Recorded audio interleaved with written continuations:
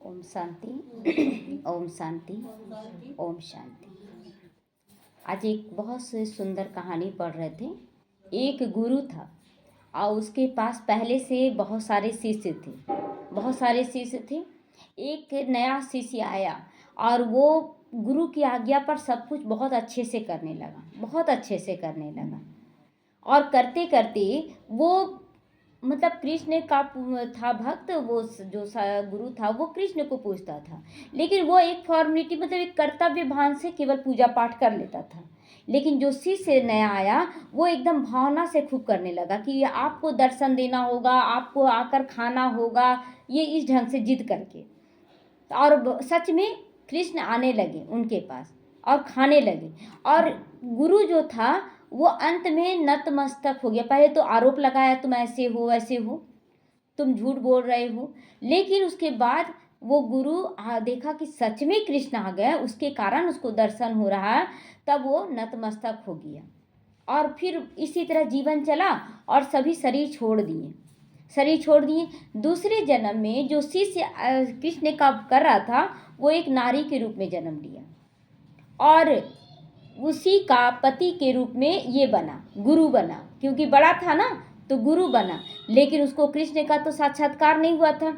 अब जब ससुराल गई वो लड़की, पिछले जन्म में जो शिष्य थी ससुराल गई, तो एक शिष्य उसमें से उससे मतलब प्यार भी करता था तो ईर्ष्या भी करता था, तो उसकी ननद बनी। देखिए मतलब जिस परिवार के बीच में हम लोग रहते हैं ना, वही परिवार कोई ना कोई रिश्ते से हमारे पास आ जाता है।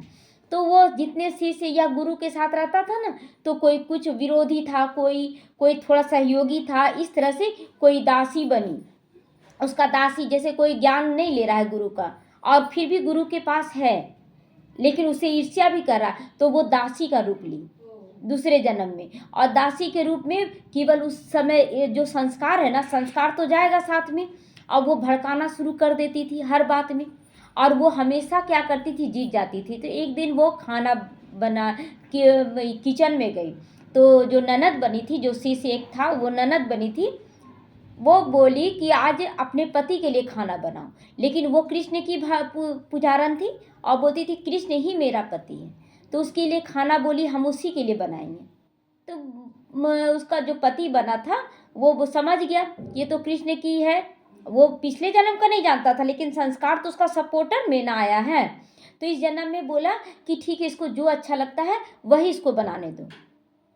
तो कि पूरा किचन को धोई धाई और पहले गणेश को पूजा की और उसके बाद आह्वान की कि कृष्ण हम तुम्हारे लिए बना रहे, बहुत अच्छा भोजन बने। और बहुत हर तरह का वैरायटी का खाना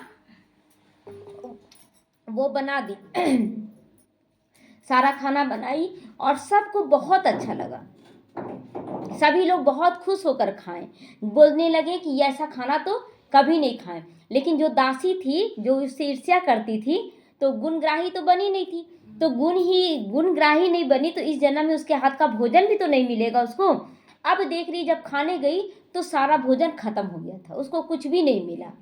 सब पिछले जन्म से ही, मतलब कहानी के माध्यम से क्या है ना, कि हम लोगों का जो भी संस्कार है इस जन्म से ही जाएगा। हम जितने लोगों के साथ रह रहे हैं, कितने किसी से प्यार कर रहे हैं, किसी से नफरत कर रहे हैं, घृणा कर रहे हैं, जो हम दे रहे हैं वो संस्कार हमारे अंदर रिकॉर्ड हो रहा है और उसी संस्कार से हम दूसरे जन्म में जाएंगे। वो तो सिर्फ कृष्ण का भक्ति किया, शिष्य जो एक था, तो वो कृष्ण में ही रमा रहा है। दूसरे जन्म में भी वो कृष्ण की पत्नी बनी, मतलब स्थूल रूप से नहीं, ऐसी सूक्ष्म रूप से कि वही मेरा पति है, इस ढंग से वो बना। और जो गुरु था उसका पति बनकर बहुत सहयोग दिया कि नहीं, रहने दो, इसको जो अच्छा लगता है वही करने दो।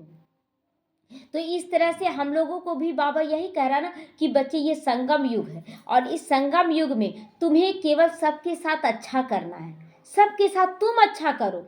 कोई 1000 गाली दे दे वो उसका संस्कार है, हमें प्यार देना ये मेरा संस्कार होना चाहिए। क्योंकि बाबा बार बार कहता है ना, अंतमति सोगति। अगर आप चिंता कर रहे हैं और चिंता करते करते शरीर छोड़ दिए तो दूसरे जन्म में कैसा संस्कार रहेगा, बिना मतलब के भी चिंता आ जाएगा। चिंता का विषय नहीं है, फिर भी चिंता आ जाएगा, आपको पता ही नहीं पड़े, पता नहीं कोई बात भी नहीं है, लेकिन फिर भी चिंता लगता है मेरे माथे में बैठा हुआ है। छोटी छोटी बातों का चिंता। क्यों? क्योंकि चिंता का संस्कार लेकर आए हैं। आज हम लोग भी नहीं बोलते हैं इस समय कि परिस्थितियां बड़ी नहीं होती हैं, एकदम छोटी सी होती है, लेकिन हम लोग अंदर सोच सोच के बड़ा बना देते हैं, क्योंकि 63 जन्म से हम लोग वो संस्कार लेकर आए हैं। और अभी बाबा वही कह रहा, बच्चे एकदम निश्चिंत रहो, एकदम निश्चिंत रहो, तो तुम्हारा जीवन अपने आप सुख में। देखिए, समय जरूर कटेगा, अच्छा हो या बुरा हो। जब दिन नहीं रहा तो रात रहेगा, और जब रात नहीं रहा तो दिन भी नहीं रहेगा। एक राजा का कहानी है ना, कि एक राजा सन्यासी के पास गया, तो सन्यासी से पूछा, हम युद्ध जीतेंगे? तो बोले कि जब एकदम हारने लगो ना, तब ये लेना, खोल के देख लेना, तो तुम्हारा सब कुछ अच्छा होगा। तो एक चिट्ठी में कुछ लिख कर दिया, उसको मोड़ दिया एक ताबीज के रूप में, बोला पहन लो। और जब राज्य मतलब युद्ध किया, युद्ध में एकदम हारने लगा, और जाकर छुप गया कहीं, मतलब उसका सैनिक लोग उसको छुपा दिया राजा को, और छुप गया। बोला कोई रास्ता अब नज़र नहीं आ रहा, सब कुछ खत्म हो गया। तो फिर वो चिट्ठी खोलता है कि ये दिन भी बीत जाएगा, ये दिन भी बीत जाएगा, उसमें लिखा हुआ था। तो अंदर में विचार सोचा कि जब दिन बीतना ही है, तो क्यों ना हम लड़के मरे, अच्छे से मरे। तो फिर निकला, सैनिक तैयार किया, और फिर बड़े जोश के साथ लड़ाई किया, युद्ध किया, युद्ध में जीत गया। और जब अपने ये द्वार से प्रवेश करने लगा अंदर में, तो खूब सारा स्वागत, सारे लोग स्वागत करने लगे। फिर वो चिट्ठी खोलकर, ये दिन भी बीत जाएगा, मतलब ना दुख का दिन हमेशा रहेगा, ना सुख का दिन रहेगा हमेशा, लेकिन हम लोगों को दोनों ही स्थिति में कैसा रहना है, साक्षी दिष्टा स्थिर भाव से बहुत अच्छे से सब कुछ पार करना है। लेकिन हम लोग क्या करते हैं, जब दुख आता है इतना सारा चिंता बटोर कर रखे रहते हैं, इतना सारा नेगेटिव ऊर्जा बटोर के रखते हैं अंदर में, और बटोरते बटोरते एक दिन अच्छा दिन आ जाता है, अच्छा दिन आ गया, लेकिन यहाँ सारा कीचड़ा हो गया। अब वो कीचड़ा निकले कैसे? तो वो दुख और बीमारी के रूप में निकलना शुरू। बोले तभी लोग कहते हैं ना कि इतना दिन तक परिस्थिति में हम लोगों का दिन कटा, और जब सुख का दिन आया तो बीमारी आ गया। बोलते हैं ना लोग, बीमारी क्यों आया? क्योंकि हम गलत सोच सोच के, चिंता कर करके अपनी ही प्रकृति को दुख देने के निमित्त बन गए, इसीलिए आया। तो दिन भी कटना है, रात भी दिन भी कटना है, रात भी कटना है, दुख भी कटना है, सुख भी कटना है। तो ये पाठ निभाने वाली मैं कौन? मैं एक आत्मा हूँ। तो आत्मा हूँ, तो फिर ये दुख और सुख की फीलिंग है क्यों? बस एक्यूरेट पार्ट अदा करें, ना केवल धार्मिक, ना केवल राजनीतिक, दोनों को लेकर हम लोगों को बैलेंस करके चलना है। ये जीवन में, इस जीवन में हम लोगों को दोनों चीज़ संभालना। अब देखिए, कोई बहुत ज़्यादा पूजा पाठ करता है तो उसके लिए अच्छा कोई बोलेगा, मतलब वो तो अच्छा कर रहा है, चलो ठीक है, लेकिन वो बैलेंस नहीं कर रहा। परिवार में आप आए हैं तो परिवार को भी संभालना होगा ना। अब केवल बोले नहीं हमको तो परिवार देखना है, केवल परिवार देखना है, आप इधर कुछ नहीं कर रहे, दोनों ही चीज़ खराब है। हमें दोनों का बैलेंस लेकर चलना है। राजनीतिक हुआ परिवार को संभालना, सब कुछ करना, और धार्मिक हुआ कि हम मन बुद्धि से समर्पित होकर सब कुछ करें, दोनों चीज़ लेकर चलना है। ये दोनों का बैलेंस हम लोगों को बाबा कह रहा है।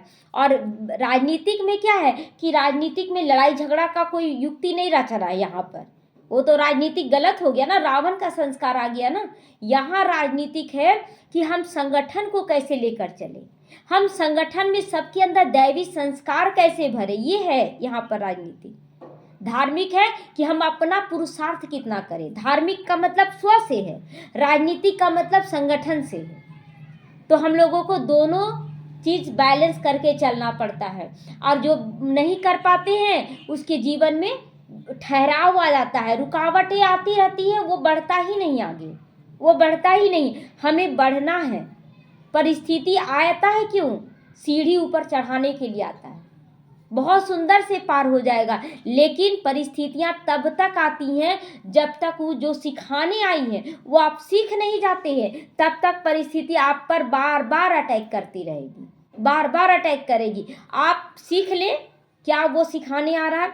आज ही एक बहन बोली कि परिस्थिति उनके पास आया है बच्चे का बीमारी को लेके, तो हर बात में मतलब राय दे देती थी, ये राय है वो राय है, मतलब बता देती थी वो, और वो सक्सेस नहीं हो पाता था। क्योंकि देखिए, हम लोग कमाने तो नहीं जा रहे, कमाने वाले तो कोई और है। अब डिसीजन वो लेंगे ना कि कहाँ कितना खर्च करना है, कहाँ दिखाना है। हम कौन होते हैं? हम केवल बाबा से योग लगा सकते हैं, क्योंकि मेरा उतना है, हम सेवा कर सकते हैं और कुछ नहीं। अब जब देख ली ना कि नहीं हुआ, तो अब बोलती है हम स्वीकार कर लिया, अब जो जो करवाना है इन लोग करवाएं। तो बोली कि हमको क्या सिखाया, ये परिस्थिति बताइए तो अभी तक।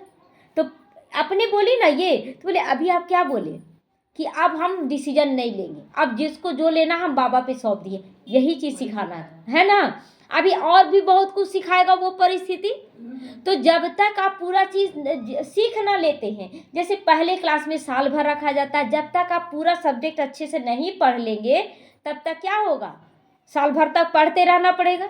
और अगर नहीं पढ़े फेल हो जाते हैं तो फिर से उसी क्लास में रहना पड़ता है। तो हम हर पल देखें कि हम सीख रहे हैं, क्योंकि हर परिस्थिति कुछ ना कुछ तोहफा जरूर लाती है। हम लोग परख नहीं पाते हैं, समझ नहीं पाते हैं, तो हम लोग बेचैन हो जाते हैं कि क्या करें कैसे करें। ओम शांति। इतना ही।